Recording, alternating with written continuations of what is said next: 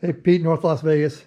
Hey, I'm gonna try to keep this this video really short. I got the clamps on order for the AC system. They should be here probably in a few days, and then this will be done. Just got to put oil in it, and it's done. And then so while I'm waiting on the clamps, I moved on to the radiator, and I put twin spall.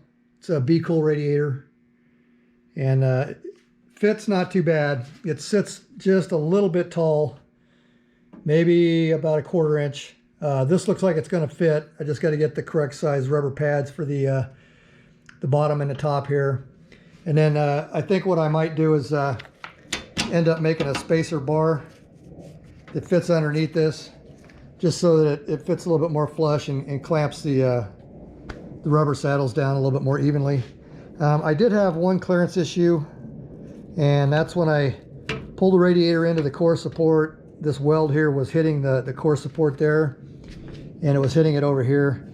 So I made some relief cuts. I got the paint touched up. It's not looking too good. I may have to go over that again. But yeah, so it's in, and she's looking good. Pete, North Las Vegas, over and out.